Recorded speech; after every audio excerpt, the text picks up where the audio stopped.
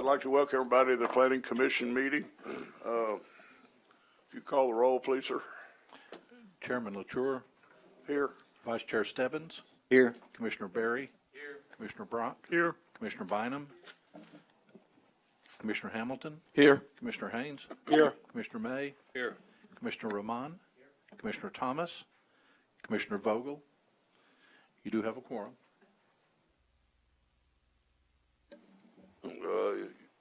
I'd welcome a motion to approve the minutes. Mr. Chairman, I move approval of the minutes of the meeting from January 31st, 2019 with all staff recommendations and comments. Thank you. You have a motion on the minutes. Is there a second? I'll second. All those in favor, raise your hand. Those opposed? Okay, we'll go to the hearing items that are on the agenda. And I would note that item 9, 10, pardon me, 11, 12, and 16 will be on the regular agenda. So with that, if you'll take us through the consent agenda, please. Consent agenda for the Little Rock Planning Commission subdivision agenda, March 14th, 2019, consists of the following items. We have 2 items on consent deferral. Both of these will be deferral to the April 25th, 2019 meeting. First is item A, file Z5534-C, University and R Street, short form PCD, located on the northwest corner of University Avenue and R Street. On March 8th, the applicant informed staff of his desire to amend the application to reduce the building down to 2 stories with either 1 floor of retail commercial and 1 floor with 4 residences, or 2 floors with 4 residences per floor. Staff believes the item should be deferred to allow time for us to review the amended application and to allow the applicant an opportunity to meet with the neighborhood, who has been very involved in this process.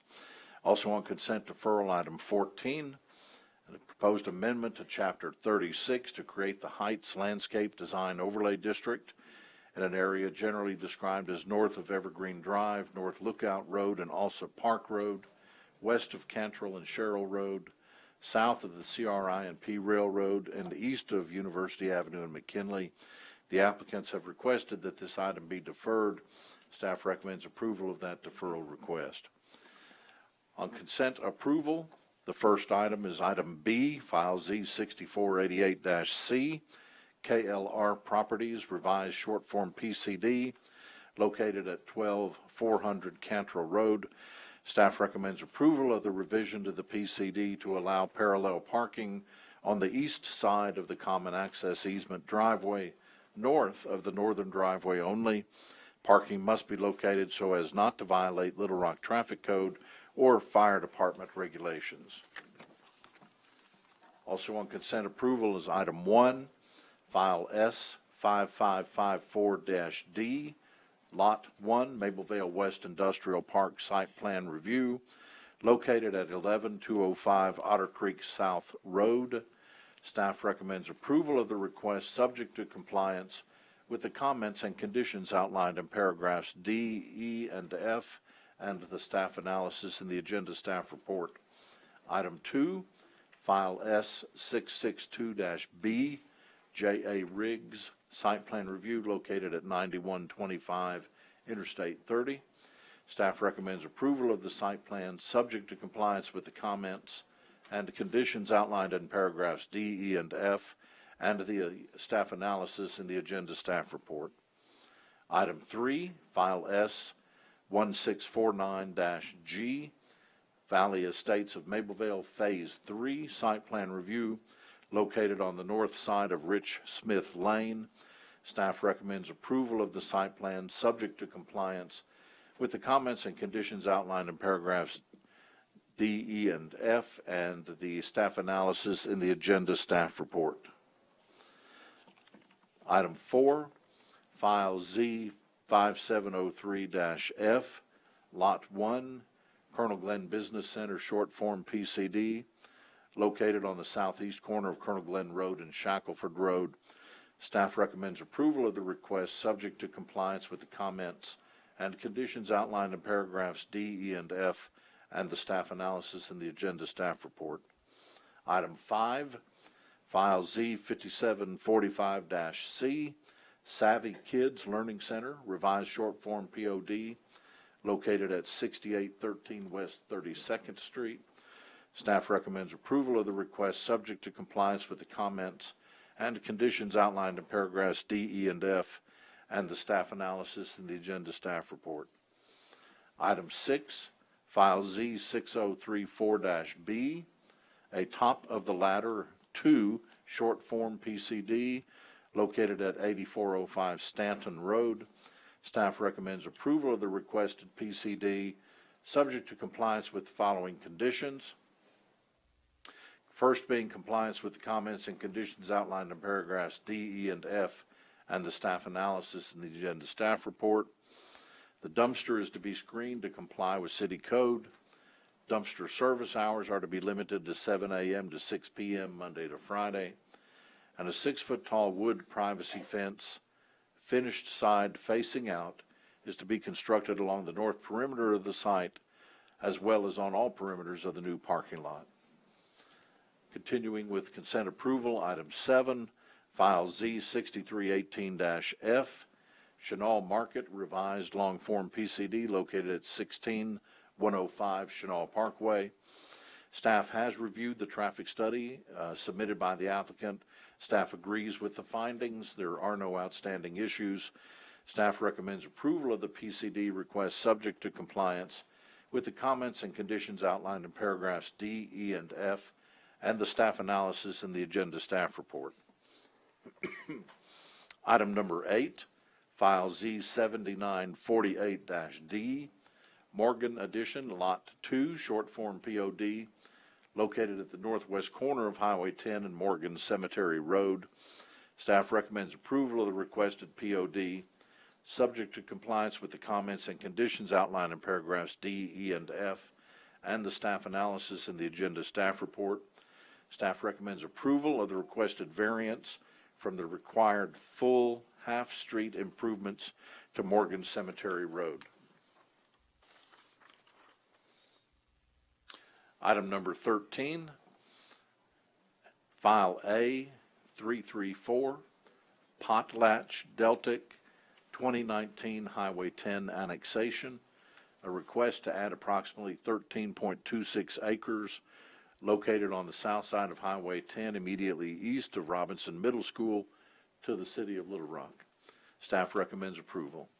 Item 15, file LA0080, Stagecoach Road, advanced grading variance located at 10101 Stagecoach Road. Staff recommends approval of the advanced grading variance request subject to compliance with the comments and conditions as outlined in paragraph D of the agenda staff report. In addition to paragraph D, the variance request is subject to compliance with the following condition: a grading permit in accordance with section 29-186 C and D will be required prior to any land clearing or grading activities on the site. And item 17, file LA0082, Little Rock Christian Academy, revised advanced grading variance located at 19010 Cantrell Road. Staff recommends approval of the revised advanced grading variance request, subject to compliance with the comments and conditions outlined in paragraph D of the agenda staff report.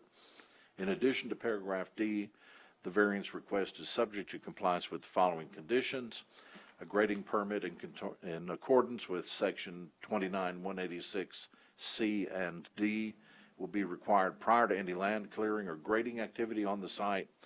And at the completion of the advanced grading activities, the advanced graded area, including the Hall Road, are to be restored in accordance with the conditions of the variance approval and city code. That completes the presentation of the consent agenda, leaving on the regular items 9, 10, 11, 12, and 16. Thank you. Is there a motion to approve the consent agenda? Yes, Mr. Chairman, I move that we approve the consent agenda, including all staff comments and conditions. Is there a second? Second. All in favor, raise your hand. Those opposed? If your item was called, you're free to go. You're welcome to stay, but you're free to go. And Thank you for coming.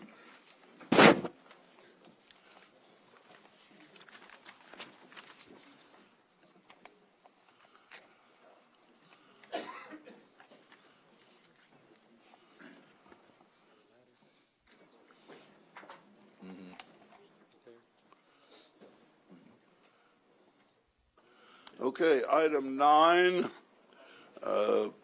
Before we get into these presentations, I would note that each side will have up to 20 minutes to state their case.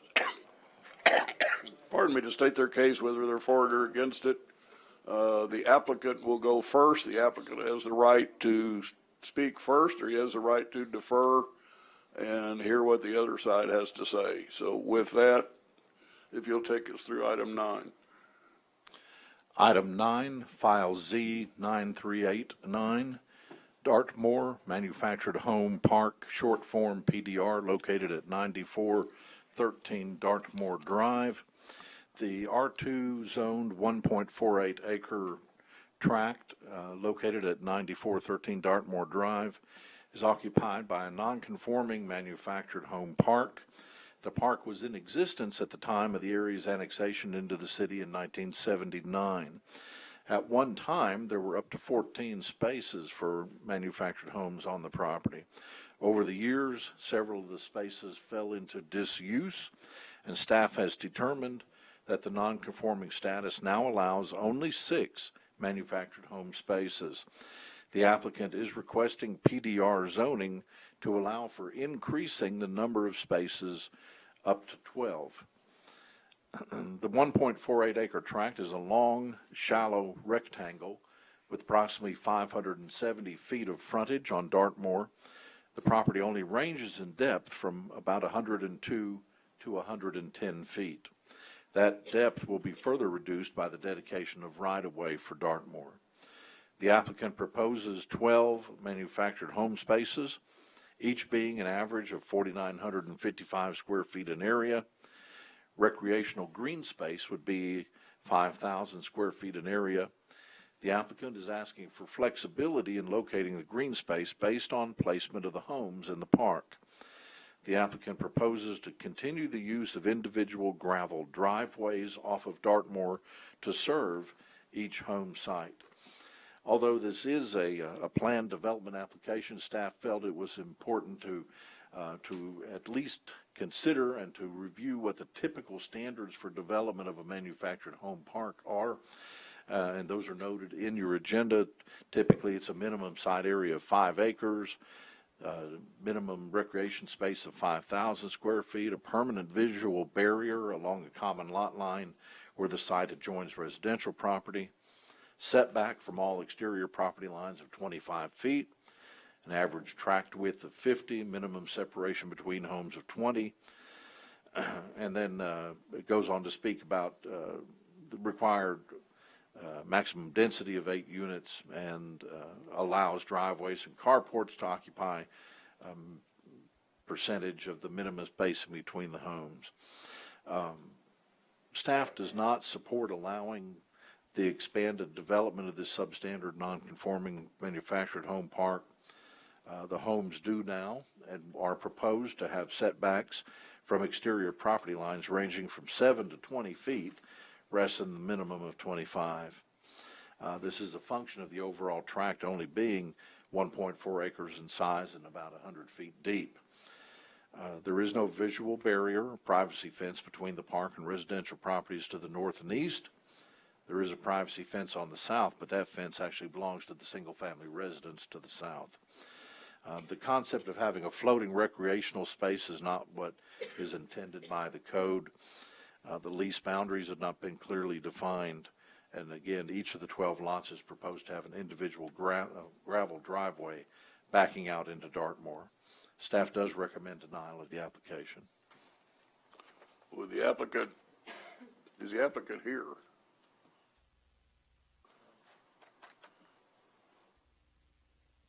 Is the applicant here? Would the opposition care to speak, Ms. Frances Dockery?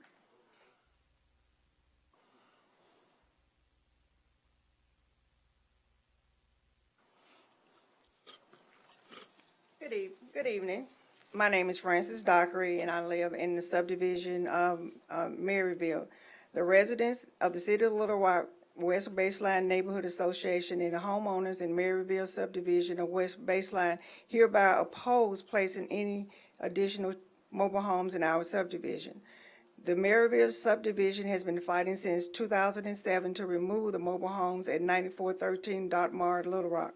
Ordinance 2503 was issued by the City of Little Rock to remove mobile homes from 9413 Dartmouth in 2011 because the mobile homes had become run down in dangerous conditions. The area was kept unclean and crimes were being committed. The association worked with City Manager Bruce Moore, and there was only one mobile home left. It was said to the association that once the mobile home left the area, no others would be placed there.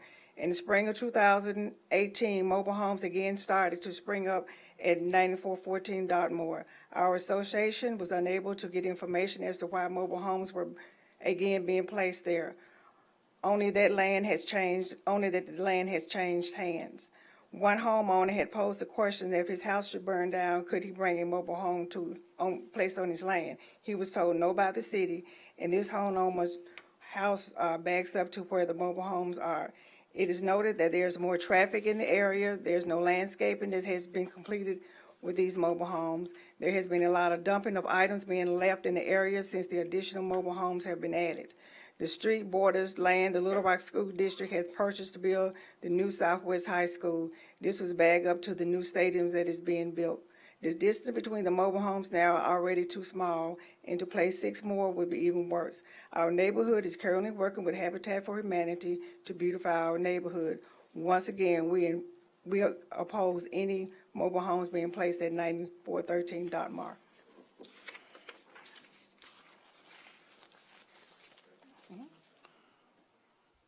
Commissioners? Comments? Questions? I have a question for staff. As I understand it, this is you're asking to, I'm sorry. Staff does not support allowing the expanded development, so the request is to expand it to allow additional manufactured homes. Now, as I understand the analysis, it says, over the years, several of the spaces fell into disuse, and staff has determined that the non-conforming status now allows only 6 manufactured homes. So my only question is, what is the standard for that determination? I'm sorry, what is the question again, the last question? Yeah, so in the analysis, it says that you've determined that the non-conforming status now allows only 6 manufactured home spaces. And I'm just asking, is there an objective standard that you make that determination, or what is the analysis? Absolutely. Based on site inspections, there at one time were numerous utility poles, patio pads, driveways that were in place. You can look at aerial photographs going back many, many years, and you can see that.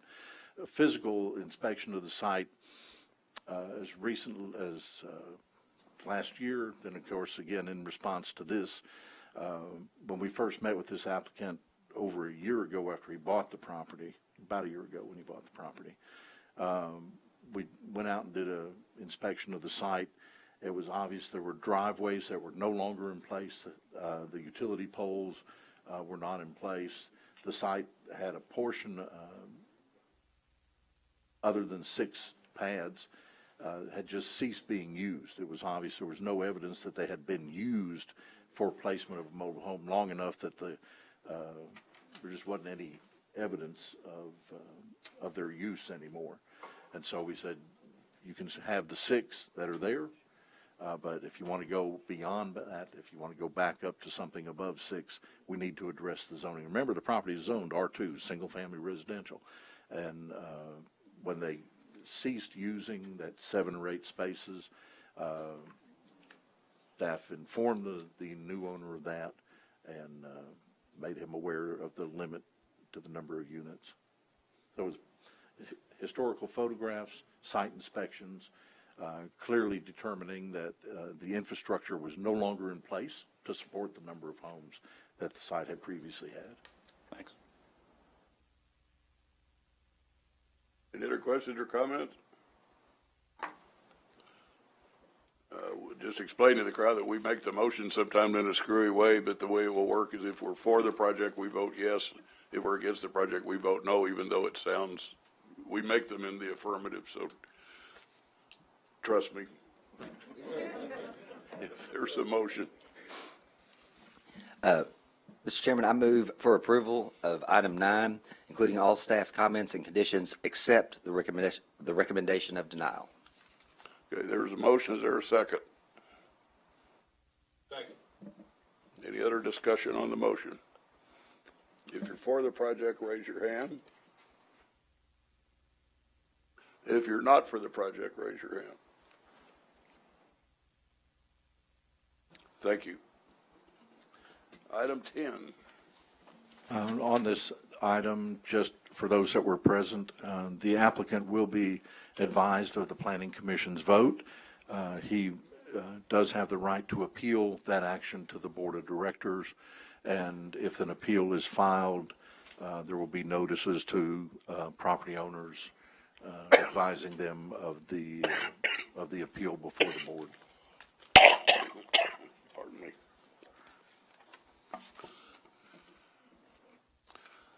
Item 10, 2318 Blackwood Road.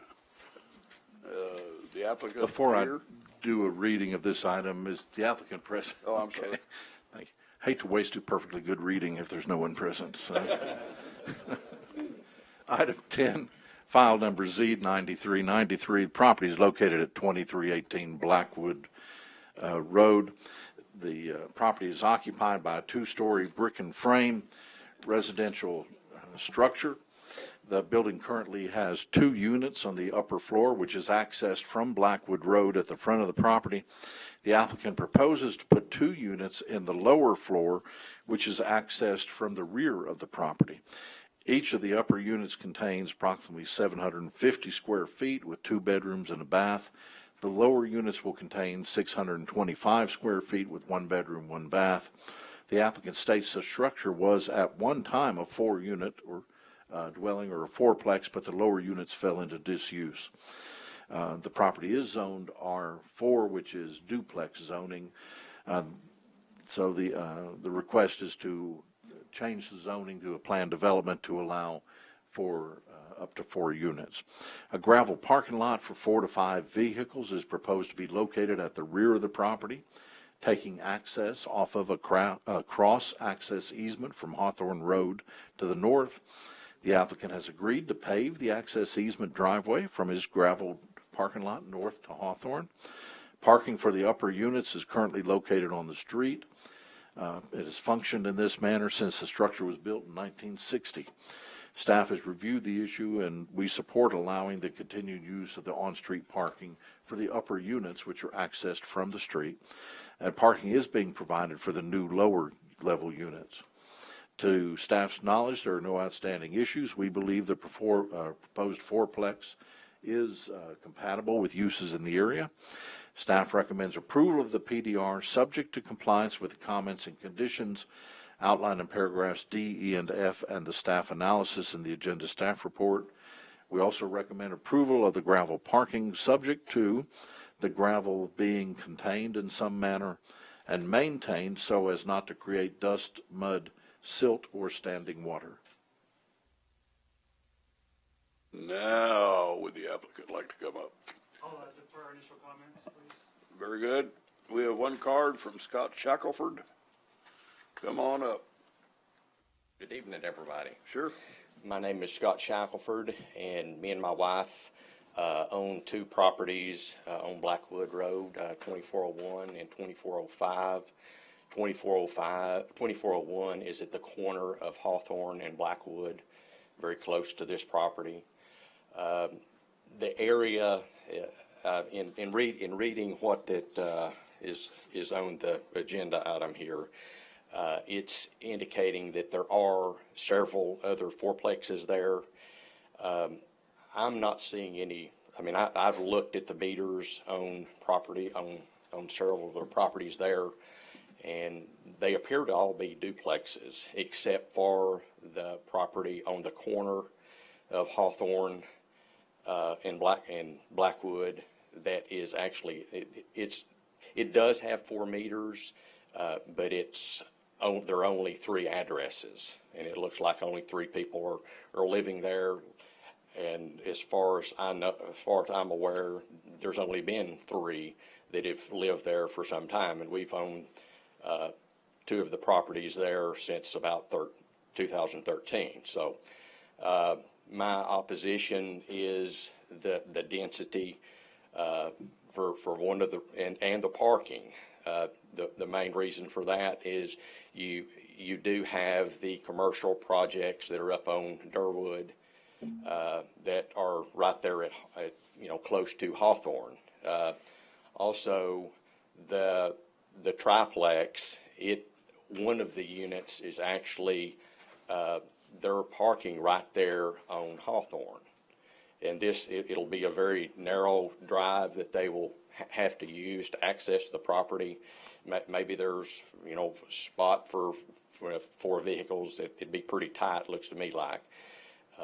But my opposition is the density, and the parking, because on Blackwood there are duplexes on both sides of the road in that part of Blackwood, and they're street parking. So if there need for additional parking, where do they park? So that's my concern. So thank you. Thank you, applicant. Good evening, gentlemen. My name is Michael Love. I'm the owner of National Property Holdings, which owns the duplex there on Blackwood. And I sure understand his concern for parking, but as Mr. Carney stated, we will be putting a concrete drive down the alley off of Hawthorne and substantial parking in the back to more than adequately cater to the 2 units downstairs. There'll be 1-bedroom units, so I can only see maybe 2 cars per unit, but we'll make sure that we have adequate parking down there for those tenants. Thank you very much. Commissioners, any questions, comments? Mr. May, Commissioner May? How many cars does your parking hold? 4? There's currently on-street parking, I'm assuming. No, what you're gonna add down? Yes, sir. We're gonna make sure there's 4 parking spaces in the rear. It'll be paved or? Yes, sir. It'll be paved. Okay. Commissioner? Motion would be in order.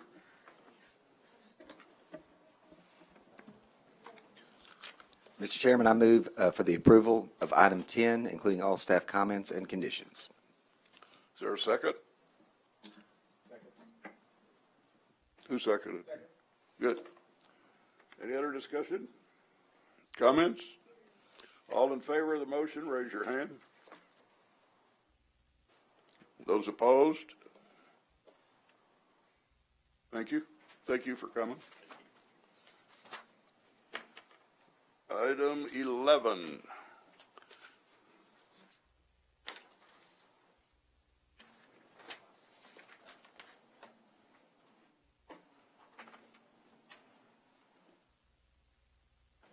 Item number 11, file Z9394, Brasher duplexes, short form PDR, located at the southeast corner of West Capitol Avenue and Rice Street.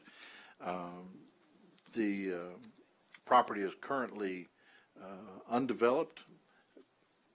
Aerial photographs going back some 50 years indicate a portion of the property was cleared, perhaps used in conjunction with an industrial use that fronted onto the railroad, but it's been undeveloped and unused for a good number of years.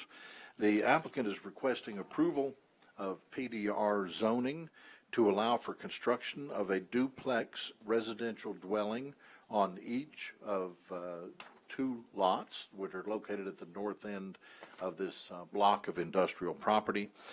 Each of the buildings will be 1,400 square feet, containing 2 700 square foot, 1-bedroom studio apartments. The buildings are described as kind of a Quonset hut, industrial minimal in design with sleeping loft and open floor plan. Building material is proposed to be concrete block walls, glass translucent end walls with metal siding and arched roof. 3 parking spaces will be located at the front of each lot. Access will be via a single driveway off of Rice Street, and a cross-access easement will have to be filed prior to submittal for a building permit, as the parking on Lot 1 is actually accessed through Lot 2. The 2 lots do have issues relative to the grade. The property has about 30 feet of fall from north to south. The applicant has reviewed the information submitted by the applicant and has the following additional comment. Public Works recommends approval of the application.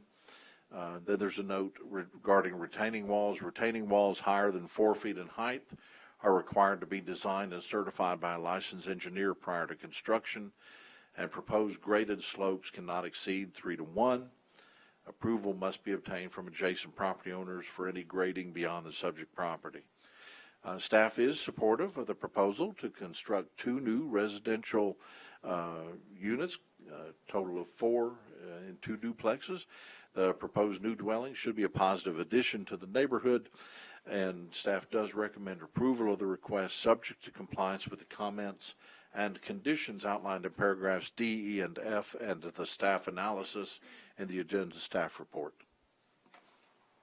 Thank you. The applicant here.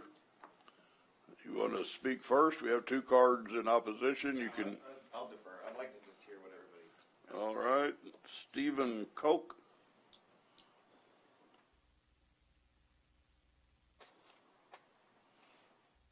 Hello, everybody. Thanks, Commissioners, for Thank you. having me here. Excuse me, I have some notes. Also have some concerns about the height of this project, the proximity of the trail to this project, and the potential to negatively affect traffic and pedestrian safety of this project. The height would negatively affect sightlines from Denison Street, as well as for anyone on this new Rose Creek Trail. I've heard some information about the driveways. None of this was in the renderings that I had and we had at the Neighborhood Association. So I was wondering about parking and driveways, and I wonder also about this section of Rice Street. I don't know if any of you guys have ever been down this section of Rice Street.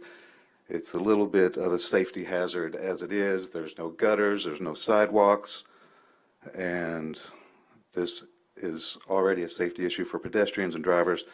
And the trail crosses Rice Street right where this project is intended to go.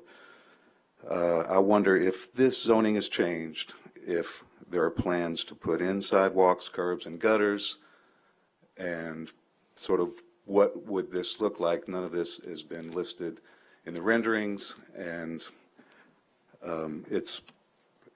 I know there's a signed affidavit that the neighbors had all received notification. I know that I personally did not. I found about it from the Neighborhood Association as well as my neighbor. So I'd urge the Planning Commission to please consider these issues before you would rezone this, the height and the pedestrian safety and the traffic, and also this beautiful new Rose Creek Trail that the city has just put in. So thank you, Commissioners. Thank you. Angela Van Zandt.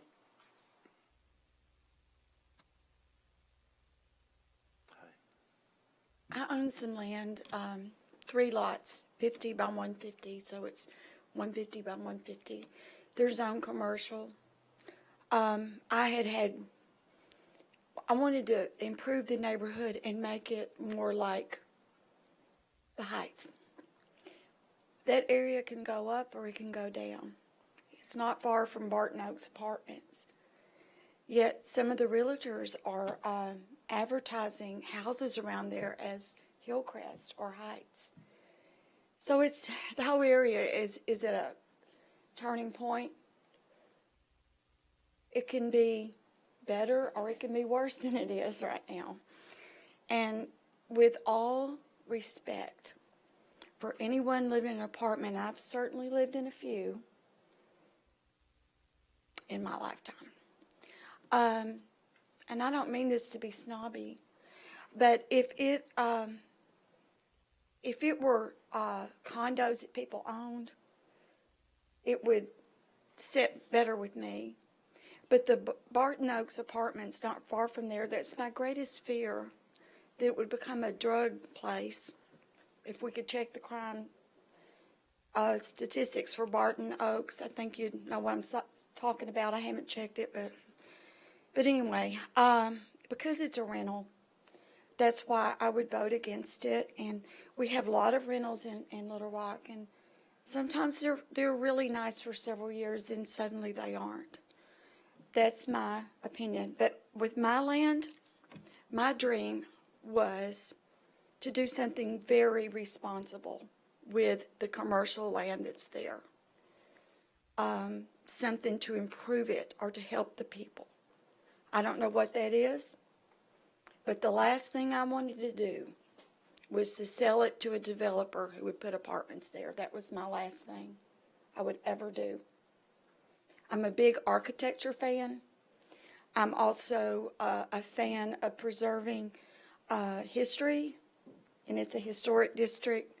And my plans, if I did anything, were going to be hire an architect, make it look Victorian for the era that it was, and do something with a high level of class. That's all I have to say. Thank you. Thank you. Applicant?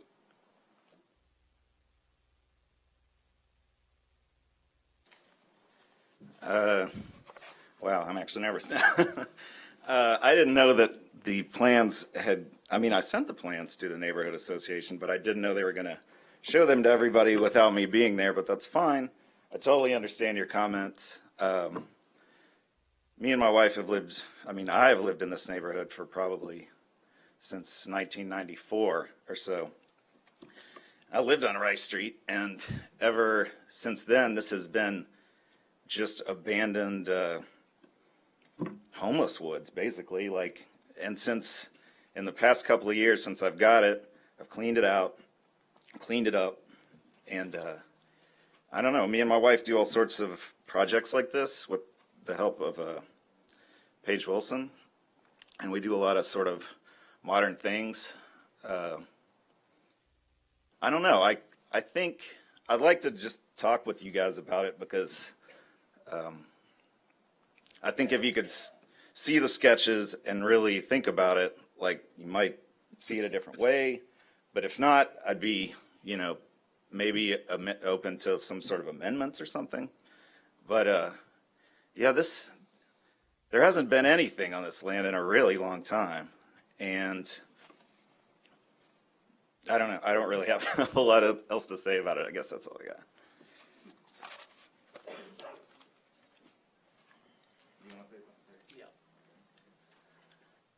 Good evening, everybody. I'm Paige Wilson. I own Paul Page Dwellings. We do regional architecture here in Little Rock and in Enfield, certainly downtown in Soma, certainly in Petaway. Certainly we've been in Capitol View. We've done about 3 or 4 projects for Sonia and Jeremy. They live in the neighborhood. They've done wonderful things in the Heights. They're the ones that own the Boulevard Bread, Bistro, things like that. So they are committed to this neighborhood and to Little Rock. I used to serve on the Little Rock Historic District Commission, so I'm used to sitting in those chairs and listening to arguments. And I hear a lot of arguments. So the arguments today against it didn't really bother me. I understand those arguments, but we have supported the staff.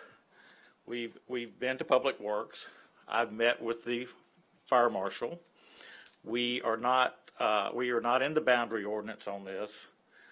So we have literally just trying to change the zoning from I-2, I believe, Mr. Carney, I think that's right, to just a PRD. So we're just taking the first 2 lots. The first 2 lots up there, we will not have a height. If you look at the topo on Denison, if you're up above us to the north, I don't think we're going to be blocking anybody's view of the railroad or the interstate.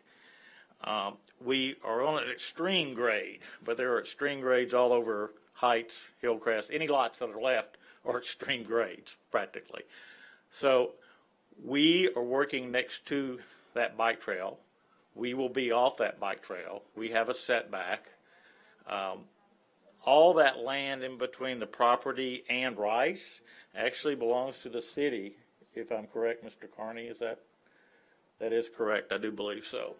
So we just have a proposed way to get in, that obviously staff approves, and then we just have the first lot 1 and 2 as these two contemporary, basically Quonset huts set on block with glass fenestration on each side. Now, whether it's glazed or whether it's whatever, my feeling is it's probably going to go back to a framed situation because it's going to cost too much. But the materials we're using are materials that are used in that neighborhood. This was an industrial area. It is right next to the railroad. And then Jeremy and Sonia own the lots 3, 4, and 5 on down. And I have no idea what they plan on doing in the future, but I'm sure it'll be something. But we don't think, and we obviously agree with staff that this will be good for the neighborhood. So that's all I was going to say. Thank you.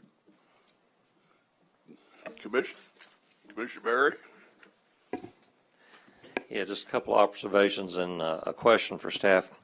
Maybe I'm familiar with that neighborhood, having been a paper boy when I was a child and going to Whitewater as a legal drinking adult. I'm assuming the traffic issues, most of the traffic is coming off 7th Street to 6th Street rather than going through those neighborhoods. Also, the redevelopment to that area along the railroads, the Planning Commission entertained a few years ago a redevelopment of some property there, if I recall. Not that site, but a few doors over towards Barton or Denison, I can't quite remember. So this area is wanting for redevelopment, and I dare say it's not going to be the Heights level with expensive homes, but certainly these look very affordable and reasonable. My question is, Capital View Neighborhood Association did not submit a letter in opposition or anything? I haven't. No? I think there's still more time. Okay. To my knowledge, no, they did not. Any other comments, questions? Mr. Chairman, if I could address just a couple of the issues that were raised. Walter, can we go to the sketch plan?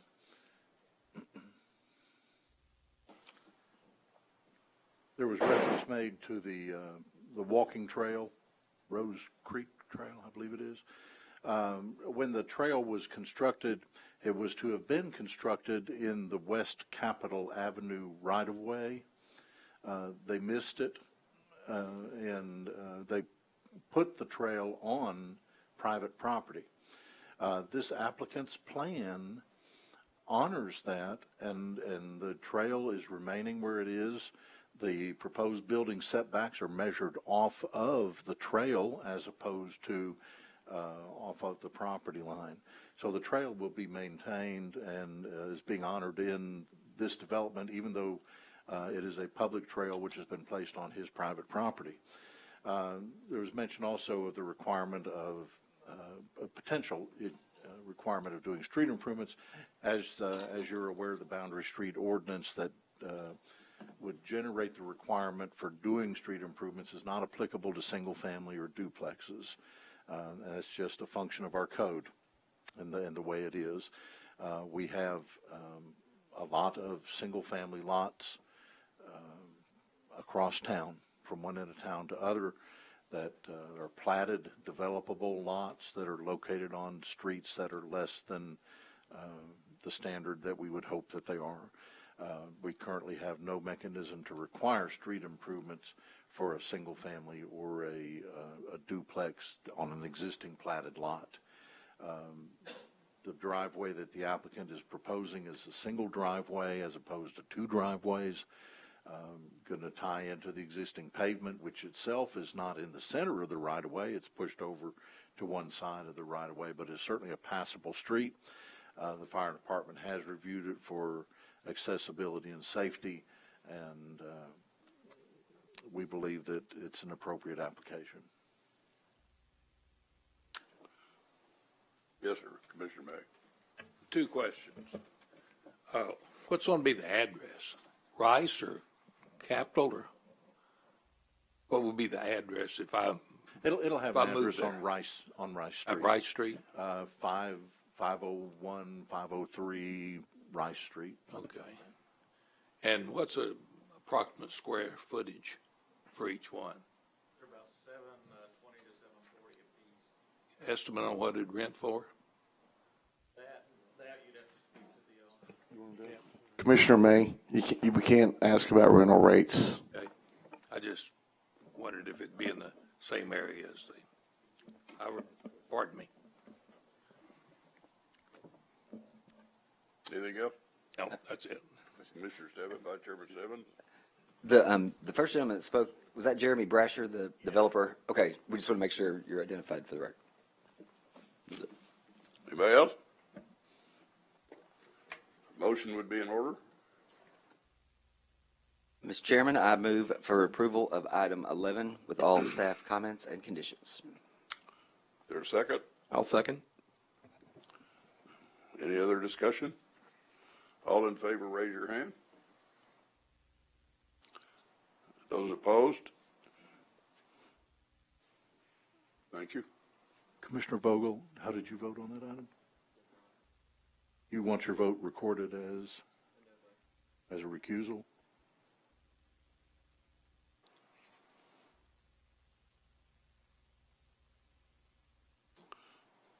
Thank you. Item 12.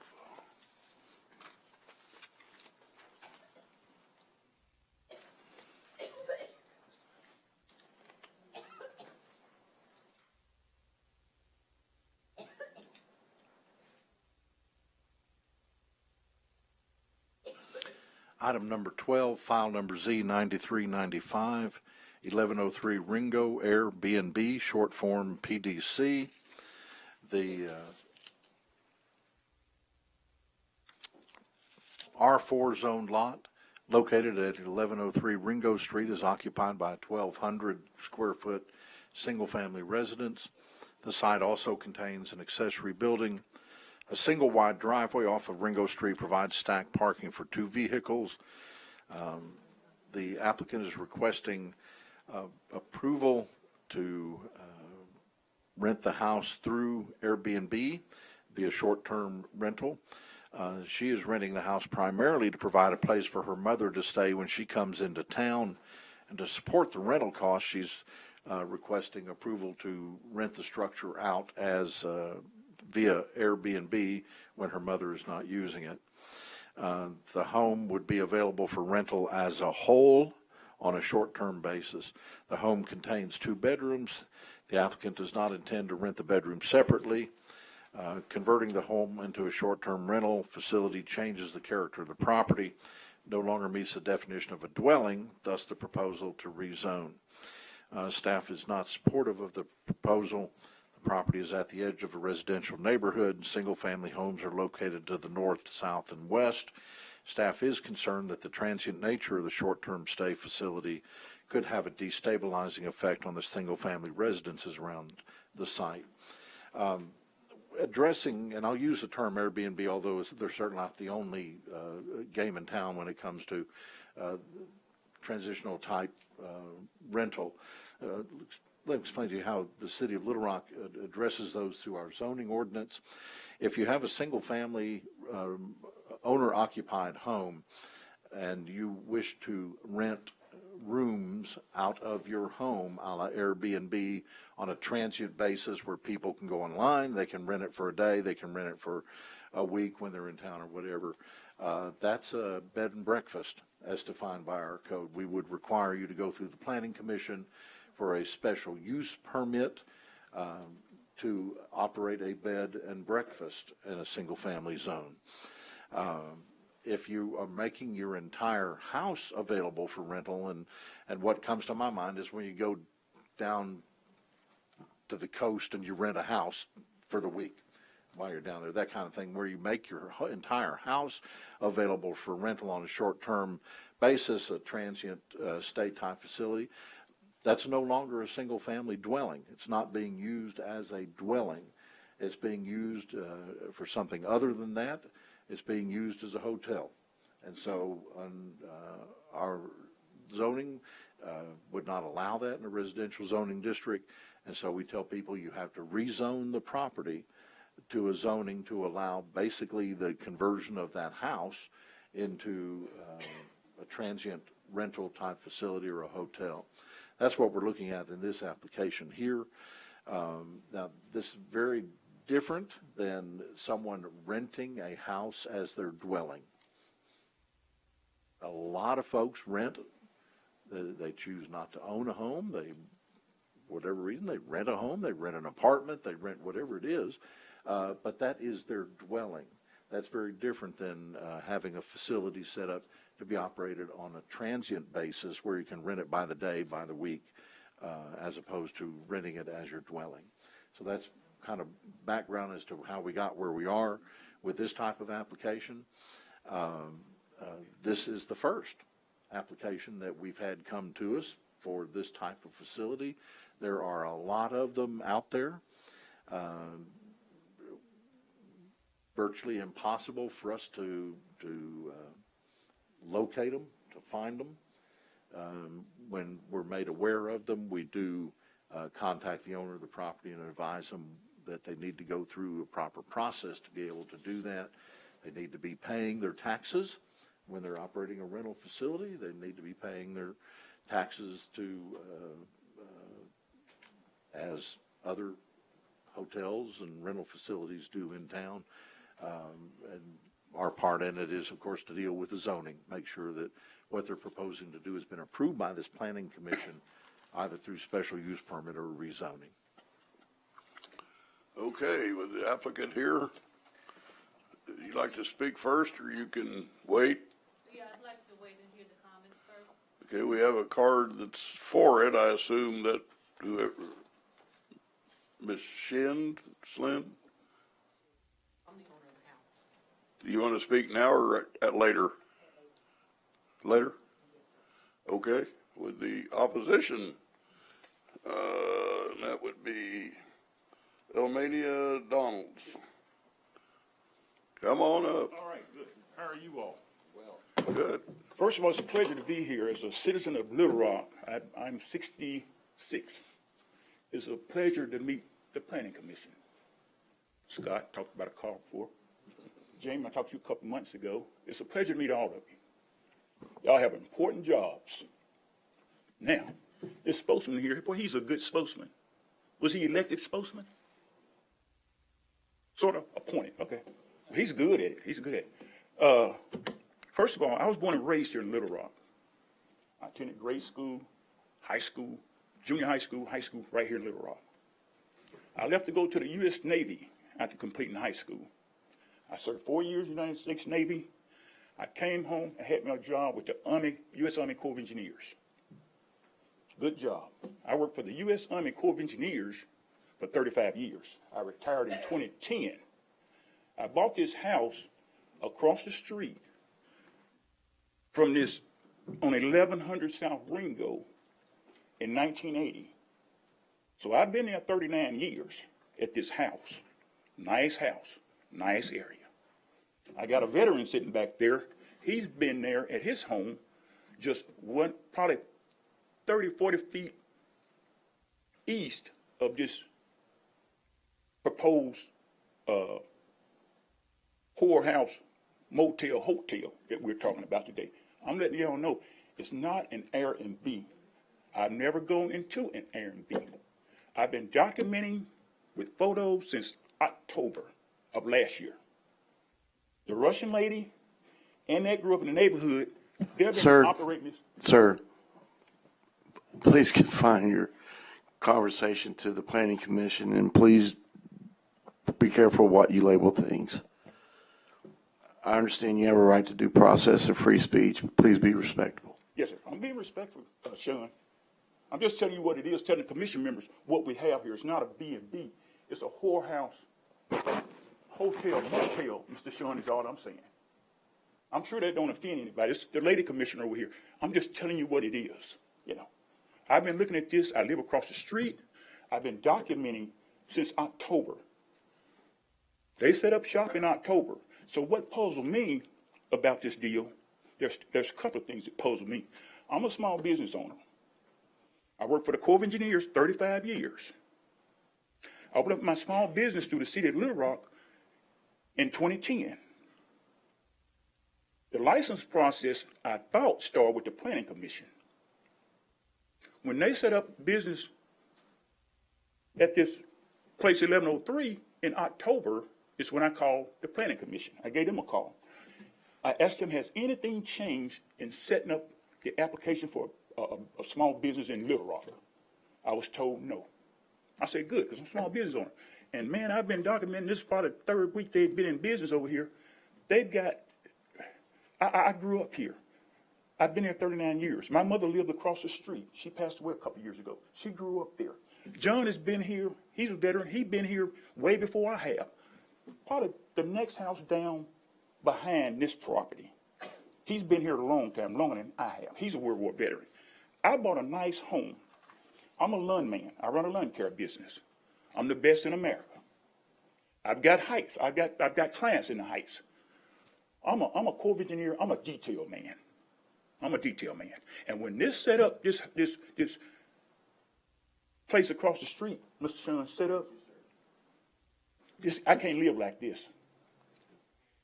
That's a Little Rock School District bus zone. There's little children that catch that bus right there on the corner of 1100 Ringo. There's children.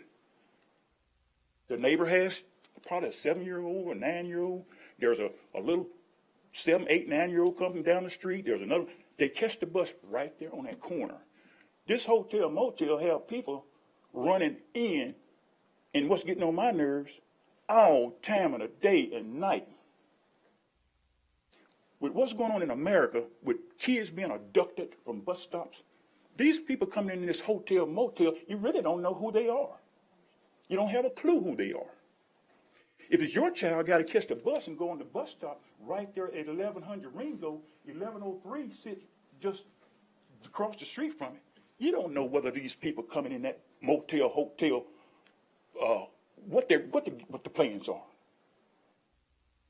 My thing is the city bus route is right there. There's noise, clickers, doors being closed, trunks being closed, all time of night. I took documentation. I sent a portion of it to Mr. Collins. I emailed a portion of it yesterday. I've been documenting this since October of last year. When they set up shop, I started documenting with photos. I counted 9 guys that slept in that house one night. 9 guys. They come in there at 3 o'clock. They normally come in there at dark. And they're 9 guys. I mean, Uber running guys back and forth, different Uber drivers, doors closing. They pull right up in front of my home. Doors closing, trunks closing, the loud language, 9 guys stayed in that house when I did my documentation the very next day. I do a day before and a day after. In other words, I catch their guests coming in the day before, then I photo the guests leaving from my home. From my home. I never approach any of them. I've had one of the guests to approach me. Now, with the violence in Arkansas, or all around the nation, when that guest came and rang my doorbell, did I open the door? No. I didn't open the door. One of their guests, the wee hours of the morning, with a big dually truck. Everybody know what a big dually truck is. With a 40 feet, almost a 40 feet, 35, 30 feet trailer, cargo trailer, was attempting to bag in this driveway. Just a regular 12 feet, whatever the specs on a regular old driveway. He attempted for 15 minutes to bag in this driveway. I had to go out there and stop him from getting on my water meter. Because he's going to drive that big dually. I pull trailers. I own an RV myself. I pull trailers with the Corps of Engineers. He couldn't get that dually in that doggone driveway. He wasn't smart enough to know that. He spent 20 minutes gutting that truck and gutting that truck. Wee hours of the morning. So wee hours of the morning, there's always trunks, doors. If anybody lives around a hotel, doors being closed wee hours of the morning, talking, getting luggage out, dropping stuff, gear, dropping litter. That's what's going on. This is not a B&B. This is a little They bought this little place 4 years ago from Hood, I understand. Annette grew up in the neighborhood. The Russian, I don't know where she come from. I understand they're married. It don't matter. This is a nice community. It's a real nice neighborhood. There's a bus stop right there where the children board the bus, the Little Rock School District bus. It's a nice neighborhood. I'm a lawn care man. I pick the litter up going in and out of there. I'm a detail man. I want to see things clean. I want to see things in order. This hotel, motel, whorehouse, excuse me, Sean, last time I want to say it, that's all it is. Is that it? Thank you. Okay, would the applicant like to address us?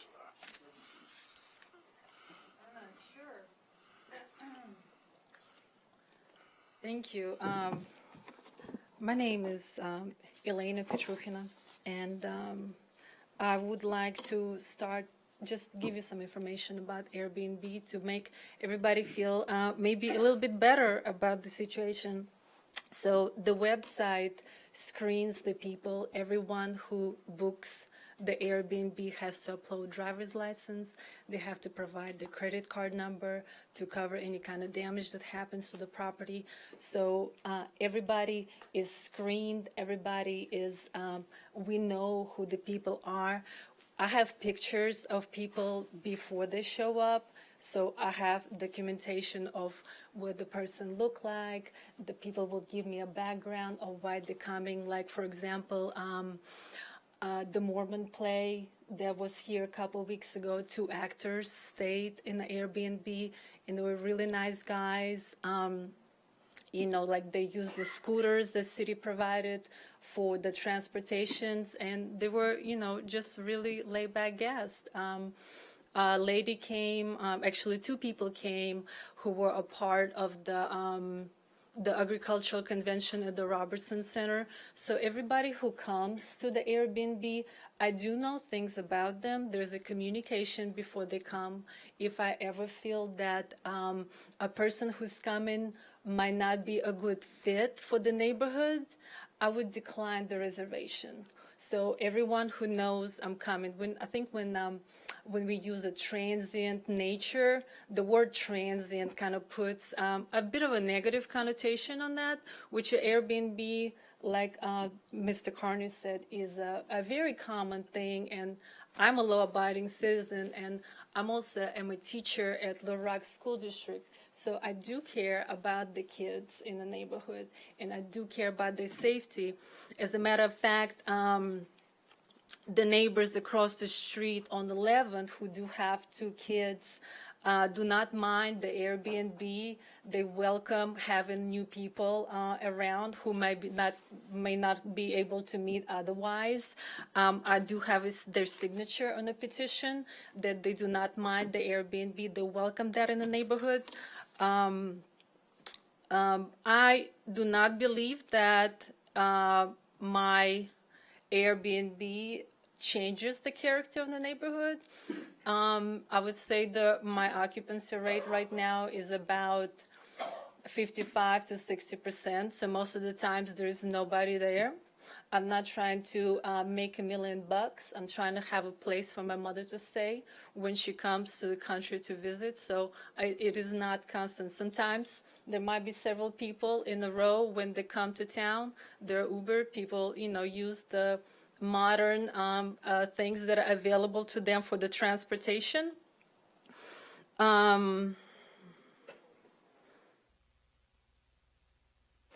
I also provide guests with a set of house rules and also how to conduct themselves in the neighborhood.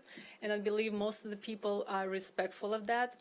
I live a couple blocks away from it, so I do care about the neighborhood also, that it does reflect on my house and my on the area where I live. So I do not want any establishments that would reflect badly on that, of course.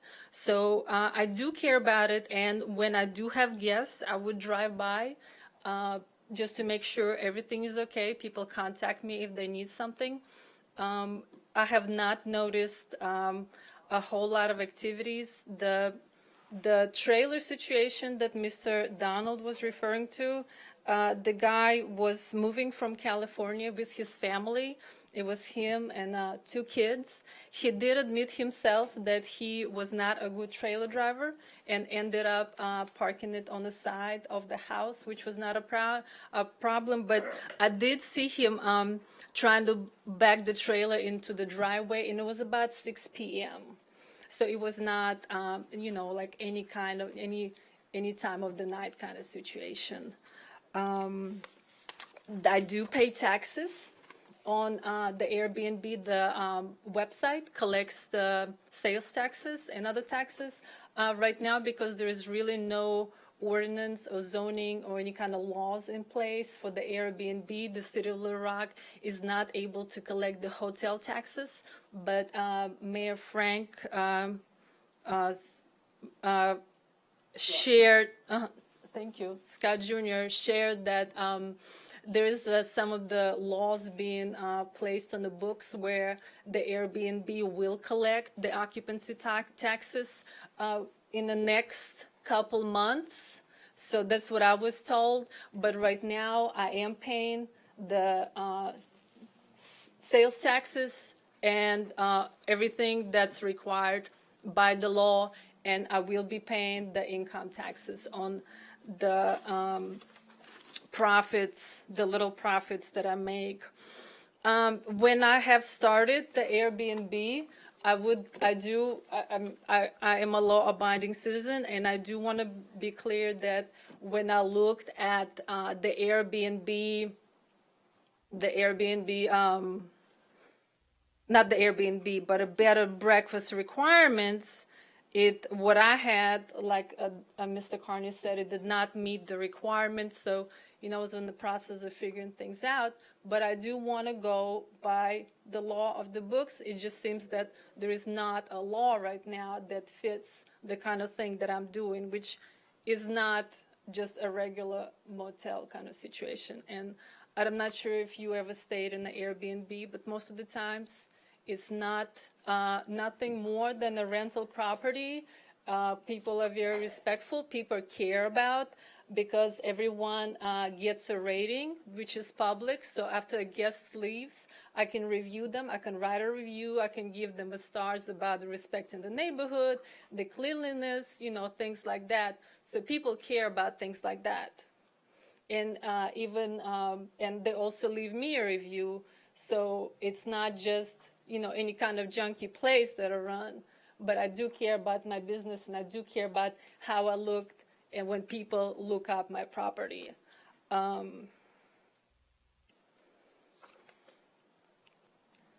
think that's all I have for right now. Is there any? That's it. That's it. Okay, thank you. Thank you. We're in the people who are for it. I'll probably mispronounce it, Miss Shin. Sure enough, I did. I'm sorry.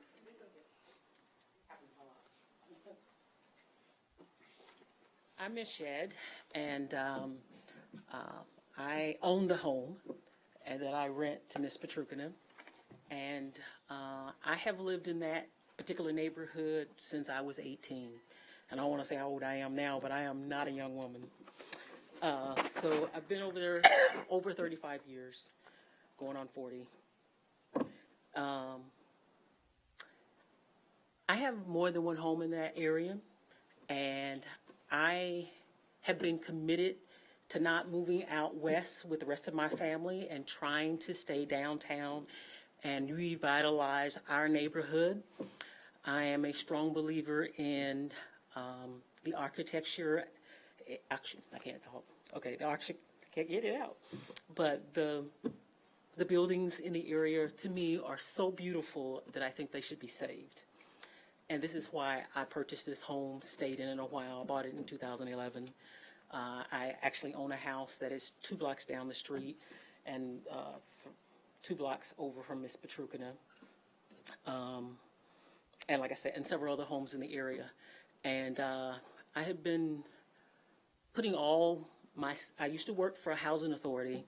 I was the first African-American black woman maintenance supervisor. And I have put my blood, sweat, and tears in this house and 2 others, making it beautiful.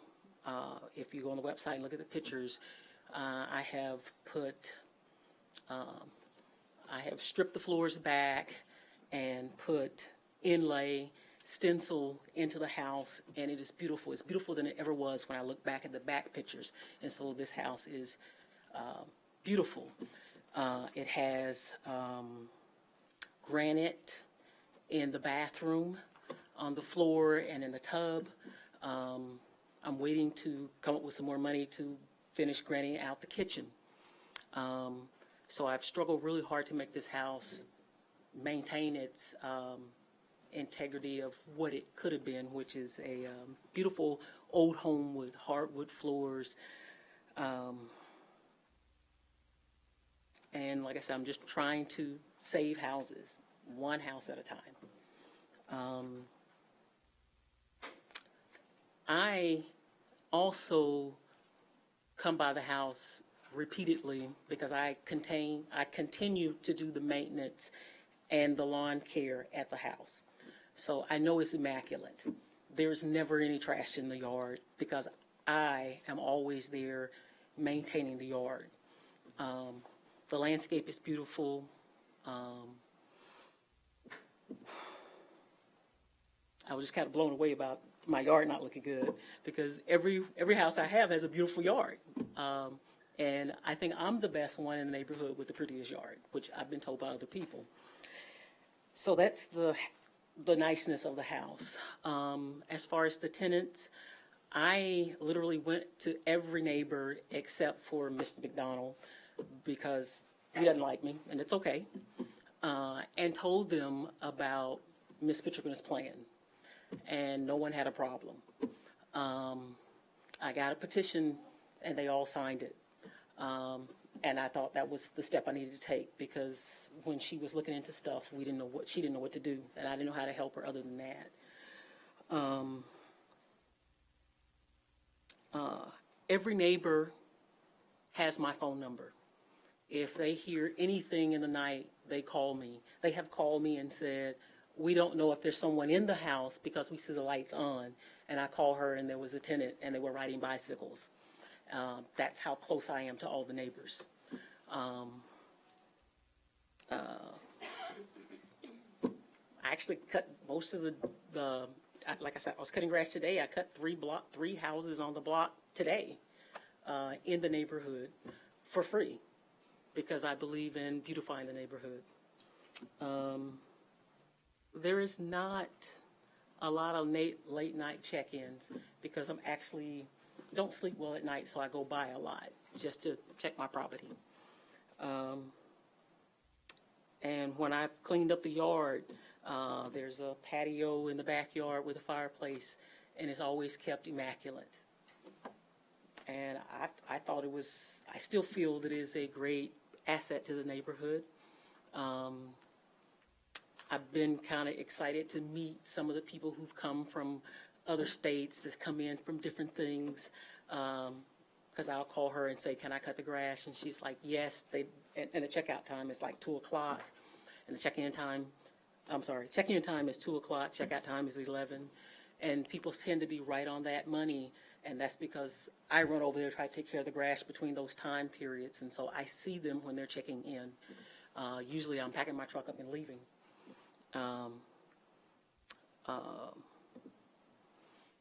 What else?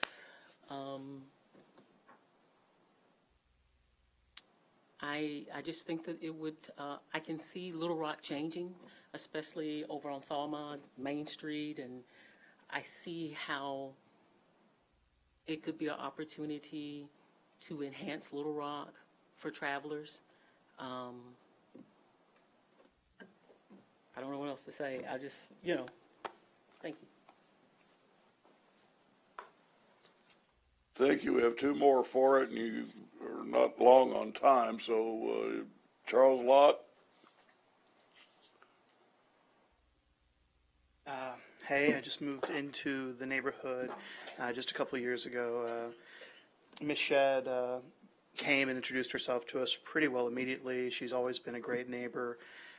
As she said, her lawn's always just fantastically maintained. She's got exotic plants growing, and they're always well trimmed and kept. She's always been just a pleasure to have as a neighbor.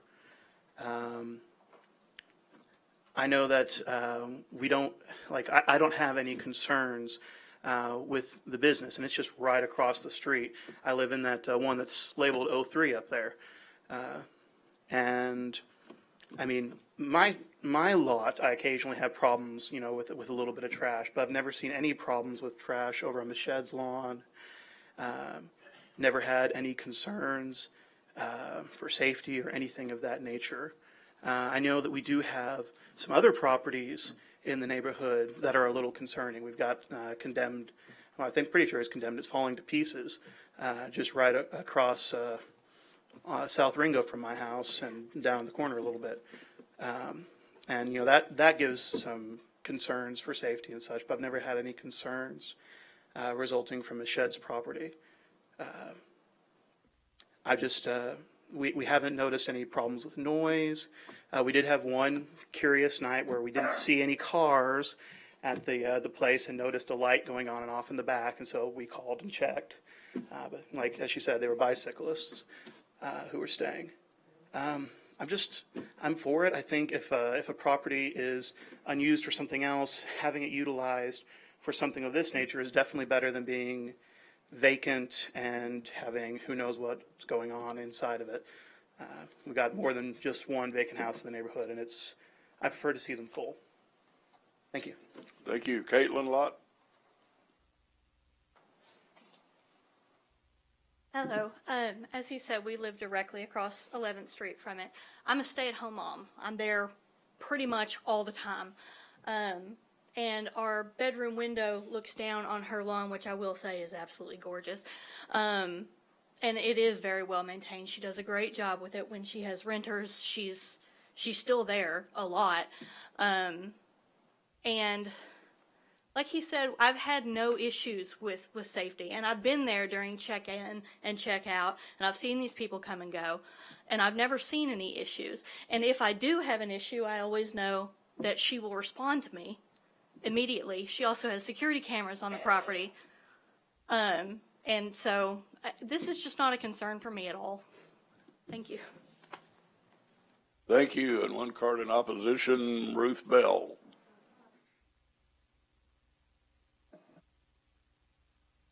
If I known I was going to speak, I would have sat closer.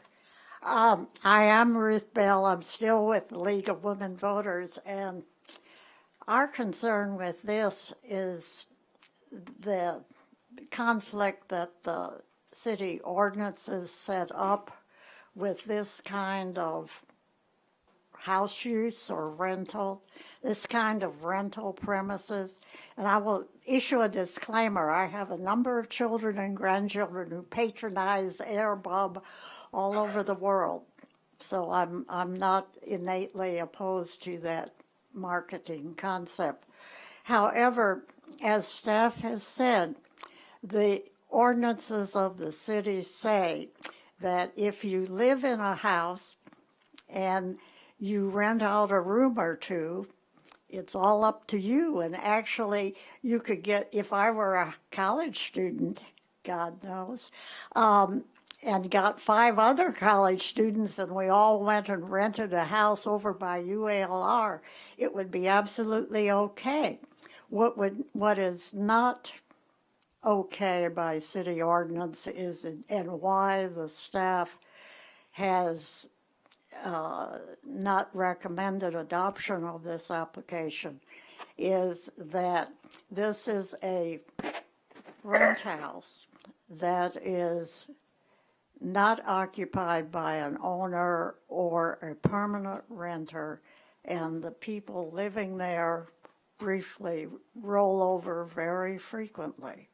And the staff feels, and apparently the city board, when they adopted that ordinance, felt that having a revolving door kind of occupancy in a residence was disorienting and counterproductive for the larger neighborhood. It may be that this is the wave of the future. Certainly my children will tell me so. But for the city of Little Rock, until AirBub and the city ordinances get in synchronization, the league feels you need to vote no on this application. Thank you. Thank you, Ms. Bell. Commissioner Barrett. I got 2 or 3 questions to staff and some potential discussion. So was this a complaint-driven reason for this application, code enforcement? First came to us as a complaint. Okay, that's what I thought. And 2 is, I think you said that there's really no way to track Airbnbs in Little Rock. Is that correct? No, sir. Okay. And when was the last time the zoning code was updated for short-term rentals of this new nature that we're seeing with? Long enough ago that I wouldn't even want to hazard, Okay. I guess. So I do want to push back and disagree with Ruth Bell ever so professionally and briefly is we really are at a watershed. Short-term rentals in some cities are a problem. They're not necessarily in this city. A 1,200 square foot residence is really not a hotel, and it amounts to renting out part of a big house somewhere else. So I don't really have a problem. This is why the Planning Commission sees these to see, what makes sense. I think the city board really needs to come to terms with policies on short-term rentals, and this is an example of this is not a fish or fowl, and the city zoning really is not up to date to address these. So, thanks. Other comments? Commissioner Ramon? One question on how this came to us. The applicant is actually the tenant, and the owner is supportive of the application. Is that how this sort of request would normally come before us, or would the owner be the one, or does it make a difference? It could come from the owner of the property, or the owner of the property can authorize someone to act as agent. Okay. And Yelena is renting the house from Ms. Sheed, and she has authorization from the property owner to proceed with this. So whatever decision we make would run with the land, not with the tenant? That's correct. Okay. And just to confirm, there is, I'm not aware of any, but just to confirm, there's no Airbnb ordinance at play in the city of Little Rock? Okay. Currently, no. I mean, it's been discussed several times in regards to, like we said, enforcement because of the ordinances and how you do that. And at this time, the way that we have presented it is how we are handling, that aspect of it because it is a turnover. We're talking about the use of the land, okay, which is that turnover, which is what a hotel, a motel does. We're not talking about the intensity right now of the land. It is the turnover. So does the ordinance make a distinction between a dwelling in which the owner makes available one room or all of the house versus a dwelling in which all of the house is available and the owner never lives there? Yes, sir. We believe our code does. As I described earlier, if you have an owner-occupied house and you make a room or two available for short-term rental, a la Airbnb or that type of use, that is a bed and breakfast. It meets our definition of bed and breakfast. That would require a special use permit through this planning commission. If the entire house is being rented on a short-term, nightly, daily, weekly kind of basis, on a transient basis, it no longer is being used as a dwelling. It is no one's dwelling. It is a transient overnight stay type facility. That's a hotel. And that requires a rezoning from residential. I guess the distinction I'm trying to understand is if the option of a single room or the entire house were up to the potential renter, is that a distinction that's important? Because what you've just described is it's either the entire house or it's owner occupied plus a few rooms. And my question is, does it matter would it make a difference if the owner lives there sometimes, and then if the tenant or if the renter wanted the whole house? Like, this is what happens in a lot of other cities, that the owner does live there, but then depending on what you want, they'll get out of the entire house and let you have the whole thing. Is that a distinction that matters under the ordinance? It's a distinction in how we would approach it from a zoning standpoint. If, again, if an owner-occupied single-family residence, if there are rooms that are being made available for rental, but it's still owner-occupied, that's very different than if the owner is no longer occupying it. If he moves out and the entire structure is being rented, that changes the nature of the application. Does the owner live there? In this case, His house? In this case, no. The owner lives. Does anybody live there full-time? No. Thank you. Is this the first time this has come before the Planning Commission? Yes. Okay, so this is a precedent-setting decision that we're going to vote on. That was my last question. Come on. I just got an opinion. I stay in Airbnbs when I go out of town, and they are not as they were, said by the gentleman right there. Those places are well taken care of. They have rules. You have to put the credit card information in, and generally before you can rent, you have to have a track record generally, and the owner of the house will go through your track record because if you lived in 3 or 4, and then they'll approve you off that, and you can also check out the owner. So those things are pretty safe. I think the city of Little Rock needs to move toward progress in a way, and so, just in my opinion, I will be for this application. So, sorry, just one last question. So the staff basis for not being supportive of the proposal is twofold. One, the transient nature, or I guess really just one phone, the effect of the transient nature of short-term stays on the surrounding residences. Our recommendation is based on the use of the land and what we perceive to be the negative impact on the adjacent residences. We don't poll the neighborhood when we're doing a review and making a recommendation on an item. But maybe, it says staff is concerned that the transient nature of a short-term stay facility could have a destabilizing effect on the single-family residences around the site. Maybe we're saying the same thing. Is that not? Yeah. Okay. Okay. That's the only question I have. Commissioner Mack? What they're asking us to do, in my opinion, I'm going to be against it, by the way, is we're going to rezone this neighborhood. Think about your own house. I like B&Bs in somebody else's neighborhood, but I don't want one next door to me. I live in a neighborhood, a single-family neighborhood, and unfortunately, I have a business next to me, but in the discussion we will go into, well, we only have an emergency every now and then at a house of 3. Well, it's nice, and the siren comes at 3 o'clock in the morning in my single-family neighborhood. Think about what this could lead to. That's a business. I hate to say it's probably a good business, and I think it's a wonderful house and a wonderful neighborhood. I don't want it next door to me. I do have, sorry, one last question. Can we get a better understanding of what the precedential effect would be? Is this binding our hands if someone else in a different neighborhood under a different condition? Okay.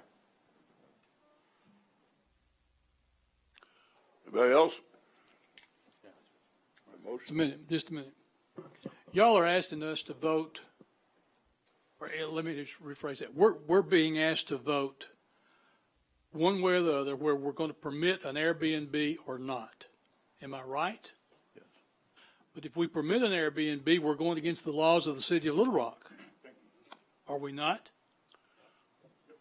Let me address that, Mr. Brock. First, when you state Airbnb, that is a company. Okay.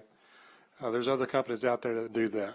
And has been stated a couple times in this meeting, there's other ways that the rental company, online rental company, can rent things out, be it a whole home or a room aspect of it. So really what we're talking about, and Dana tried to explain it earlier, the fact that there's other companies that do that, and what we're looking at is not renting a single room out, but rather the whole house out or home out to individuals on a recurring basis, not somebody leasing a home for 6 months or a year, or renting a home on a continual basis, but on a daily basis, or I don't know how that company does it, but that's what that transient nature is. So we're not voting on something that you would call, quote, Airbnb. The commission will be voting on whether to allow this property to be used as a rental property, on a continual or daily basis, that somebody could rent it and come in, not a lease that is a 6 months or a year lease, type scenario, or a typical rental. But is this not in violation of the laws of the city of Little Rock? Well, it is in violation of the city's zoning currently. The applicant has asked that you approve a change in zoning that would allow for what she is doing with the property. Okay.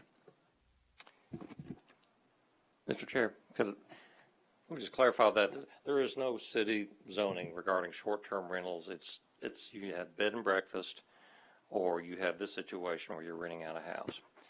And so this is not fish or fowl. So, I mean, yeah, it's at the conscience of a commissioners to decide whether this really makes sense in a modern world. And the city zoning code really has not caught up to speed for short-term rental. And we don't have policies for that. And Well, I would say we do have policy in that I believe our zoning ordinance does address at least the two circumstances that we've talked about. Now, as far as something tailored more towards allowing these in residential neighborhoods, there has not been a different policy adopted concerning them. So we're working within the existing zoning laws of the city of Little Rock, and this is the appropriate application to file to do what they want to do with that property. We just feel this is the wrong location for that use. well, that's a challenge. And I'll say this, Commissioner May, there are Airbnb rentals all over Hillcrest. You'd be surprised how many homes are renting out rooms or even their own homes. And so, anyhow. But I think the crucial difference that I keep trying to get in my head is that it's one thing that somebody in Hillcrest or Southwest or wherever rents out a room versus this is a facility that nobody's there all the time and they turn over every day. You don't know that. I guarantee you there are homes being rented out, Airbnb, and we don't have a way of tracking that. And we regulatory wise, we haven't got to the point of addressing that. We know about this one, though. Okay. Oh, we have a complaint room. Oh. Motion, please. Mr. Paul, excuse me, can I rebuttal, please? Do what? Can I rebuttal some comments made by the homeowner? I can't hear what he said. He wants a rebuttal. That is not your He wants to speak procedure. No, we're ready to vote. Thank you. Mr. Chairman, I move for approval of item 12, including all staff comments and conditions, except the recommendation of denial. Okay, there's a motion. Is there a second? I second. Afraid to ask. Any further discussion? If you're in favor of the motion, raise your hand.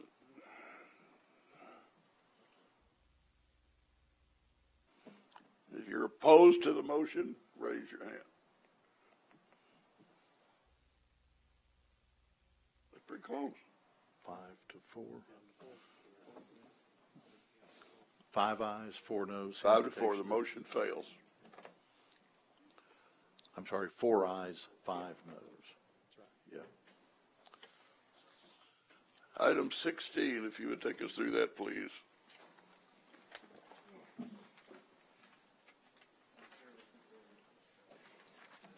Of course.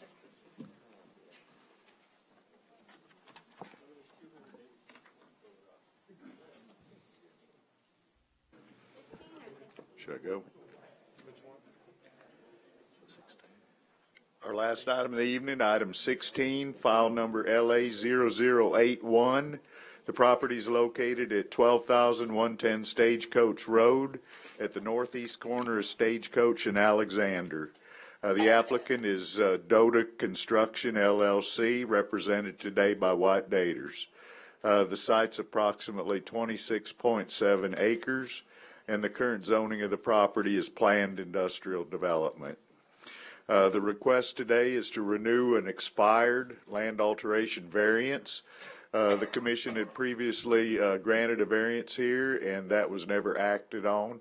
And now 2 years have gone by. They have not taken out a grading permit or done any action on that previous variance, so they're in here asking for a renewal.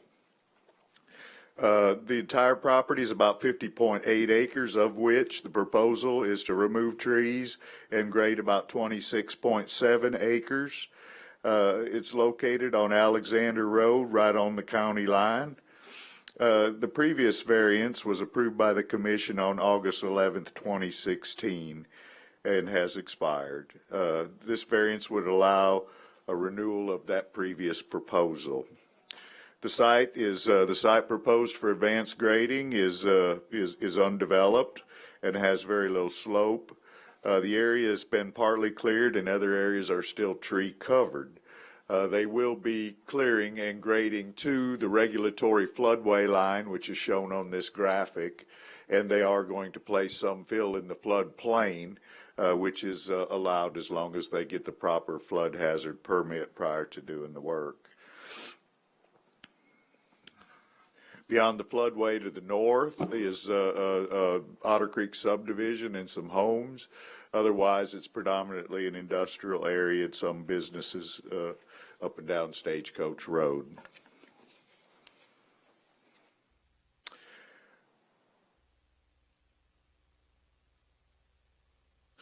They'll be constructing a gravel construction entrance site into the property, which is standard procedure to keep from tracking mud on the streets. They are going to be maintaining buffers around all the sides as required by the ordinance. Those buffers are averaging 50 feet on the three sides to the north, west, east, and south property lines, and about 80-foot buffer along Stagecoach Road. And these buffers are to be marked and maintained undisturbed.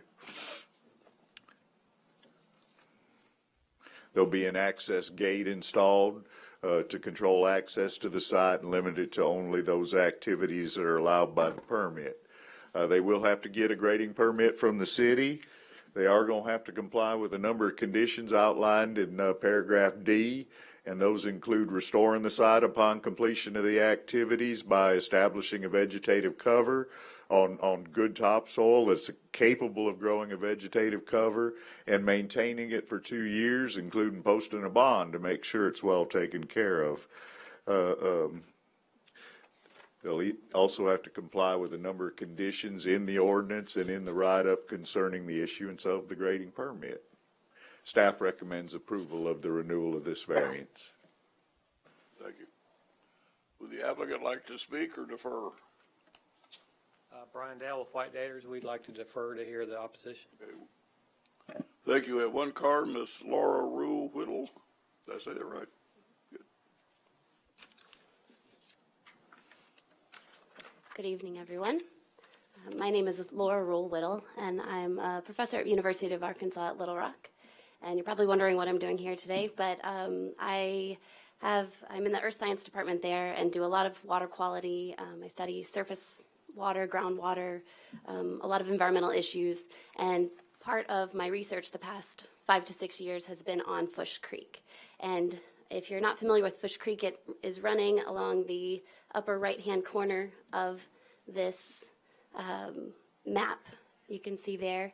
And it's also the creek system, the Fush Creek watershed, actually drains 73% of the runoff from Little Rock. So, you know, it provides a lot of ecosystem services, if you will, for the city of Little Rock.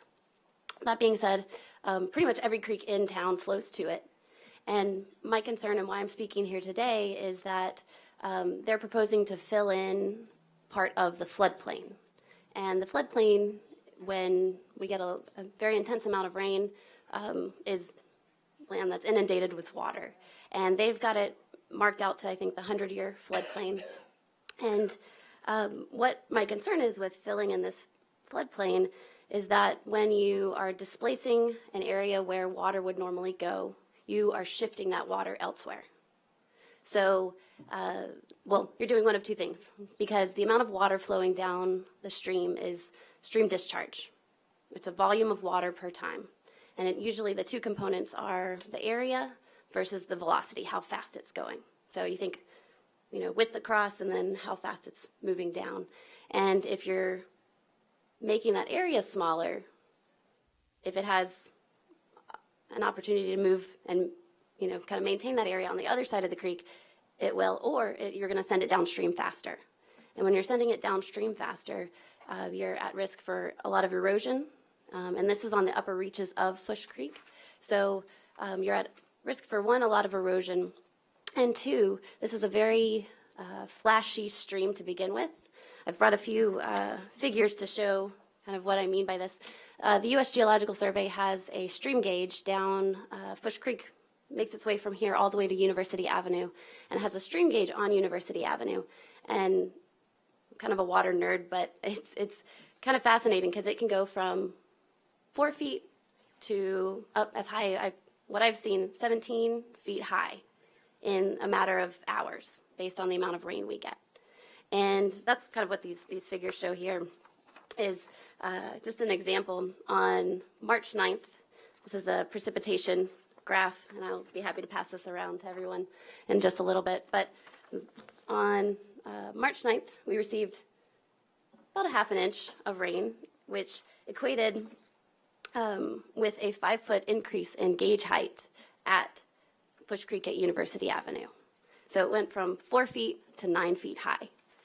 And so filling in the area of the floodplain, and they're not proposing to fill in this entire area with that. If you look at the other map, it's kind of a half circle shape that they're planning to fill in this floodplain area. Well, that's going to push a lot of water faster into the creek and push it downstream a little bit faster. So we could even see faster increases in this gauge height and more water down here as a result of this fill that they're proposing here. A couple other points I wanted to make also is that additionally with impervious surfaces like roads, roofs, that funnels water faster to the creeks. So again, and also removing vegetation can increase the speed at which the water will get to the stream and cause a lot more flooding. This is not a new phenomenon. This has been well documented in the literature. There was a study I wanted to kind of mention to you all that I've used with my students in my environmental geology class. But it was a 2006 study by Chris and Luo about a flood that occurred in the St. Louis area. And this was on the Merrimack, in the Merrimack Basin. They received kind of a normal rain event. One small area got a lot of water, but overall, the whole basin received kind of a heavy rain, but not record-breaking amount. But due to some human activity, they had one of the highest river stages, the third highest river stage ever. So not a lot of rain, causing the third highest river stage flooding event ever in the St. Louis area. The causes for this were they had built a new levee, they had put a landfill in the floodway, and they had filled in large portions of the floodplain of this river that they were looking at. As well as the tributary creek systems were impacted by suburban sprawl. So again, my points here is that we need to make an informed decision on this. And, if they didn't want to, they wanted to develop the property around where that where the floodplain was, I'm fine with that. But I think filling in the floodplain is a bad idea because it leads to increased water moving into the stream, which would impact those downstream residents and people that are nearby those, which can increase flooding. So thank you all very much. And if you'd like to see these figures I can show you guys copies. I don't know if you want to see them or not. I'll send one to each side.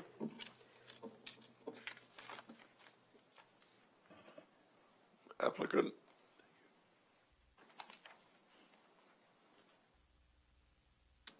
The request in front of you is to renew an existing, or I guess it's an expired advanced grading permit The floodplain and floodway are determined by FEMA. They determine the limits of what you can and can't fill. FEMA does allow us to fill in the floodplain. City of Little Rock allows us to fill in the floodplain. We'll follow all the rules and regulations with it. Public Works was okay with this application previously. They're okay with it this time. Our client has some access to some borrow material. Some of it will be from projects that are close by. Some of them are in Saline County. And they would like to fill the floodplain, not the floodway. We will follow the rules that have been set before us, and we're going to leave the buffers that were discussed with Public Works. I'm here to answer any questions you may have. Any questions? How deep are you going to fill the floodplain?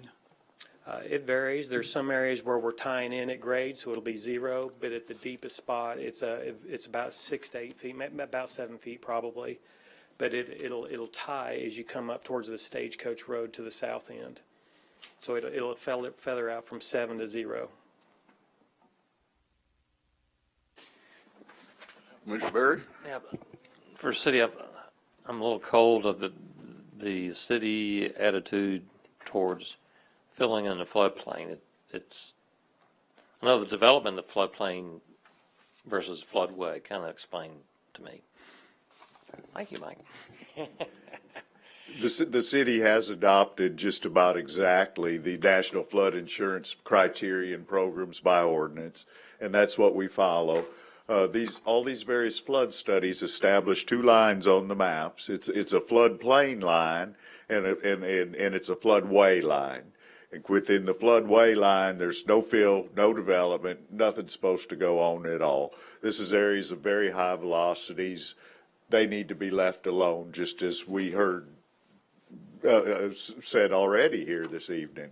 The floodplain is allowed to be filled in, and the flood studies took into account that perhaps someday they would fill, developers and homeowners would fill all that floodplain in. And that's taken into account in the current flood studies that are in effect for the city. The thing is that it is regulated. It takes a special permit, and it's a permit that's required as a condition of us participating in the National Flood Insurance Program. So it's very regulated, but it is allowed to fill in that floodplain area. And it is flood prone.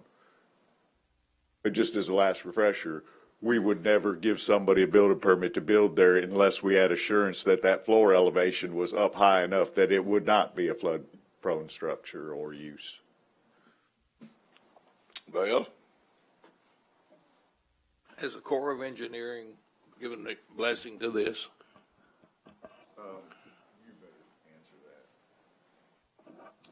The client is going to have the Corps of Engineers study it for U.S. waters and wetlands. If any of these are regulated, they will follow the rules set forth by the Corps. I'm sure Fush Creek is regulated, but that's in the floodway as well, so we're not going to be touching Fush Creek at all. We'll be staying outside the floodway or outside the limits of Fush Creek.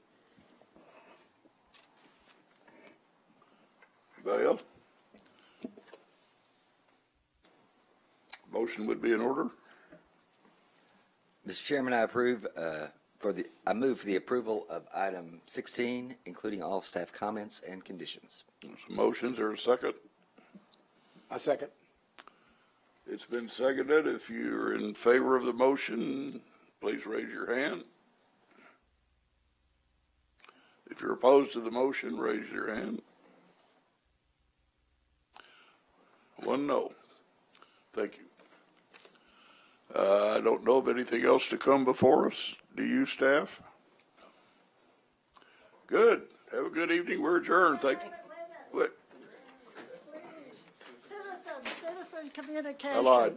Okay, this citizen wishes to communicate that I really hope you all will promptly get to work making the city face up to the 21st century and decide how they're going to deal with air bubs and other aspects of the modern world. Otherwise, you'll be having this application that you just dealt with over and over again. Thank you. Thank you. We're adjourned.